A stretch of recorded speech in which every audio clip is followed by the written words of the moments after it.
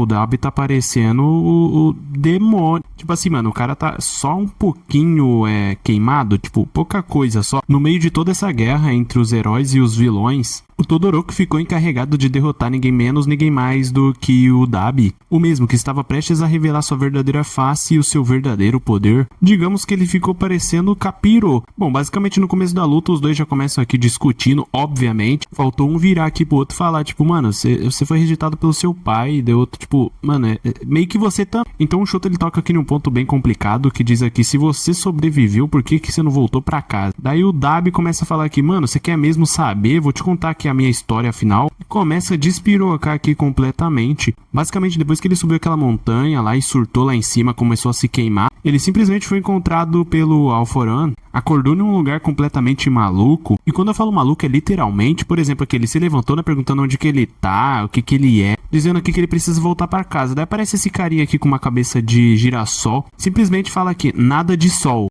Você vai morar com a gente, nada de sair por aí solzinho. Tipo, eu tô entendendo a piada. Solmo, sua nova família pode soltar e fazer amigos. Porém, ele tava sendo bem cuidado. Basicamente, ele fugiu pra casa dele e reencontrou essa cena. Basicamente, o pai dele treinando com o Shoto. Ele viu que era loucura, que ele já tinha ficado no passado e que tudo não tinha mudado nada em 3 anos. E então, posteriormente, ele foi levado pro Dr. Udiko, que ficou espantado se perguntando como é que ele está vivo. Aquele corpo à beira da morte por conta das queimaduras foi mantido vivo através das chamas do rancor. Naquele dia Toya morreu, e então Dabi ganhou vida. E então finalmente mostrando aqui a verdadeira forma dele, de como realmente está o corpo dele, ao utilizar aqui quase o máximo do seu poder. E gritando diz aqui que vou queimar tudo que é importante pra ele e essa será a prova de que eu existi nesse mundo. Então finalmente começando a luta aqui entre o Dabi e o Shoto. E antes de explicar como é que foi esse confronto, eu vou pedir pra vocês deixarem um like e se inscrever quem não é inscrito no canal, que é muito importante aí pra dar engajamento no vídeo, então deixa o like. Logo mais o Shoto Todoroki, vendo aqui o poder que o Dabi emanava, simplesmente começou aqui a ativar a sua técnica que desenvolveu recentemente. Porém durante a batalha aqui o Shoto ele é pego desprevenido e leva um socão no meio da cara. E sem dar tempo dele respirar, já vem aqui dando um gancho envolto de chamas, atingindo diretamente aqui o Todoroki, mandando ele para bem longe, atingindo esse prédio. Só que ele se levanta e parece estar cada vez mais irado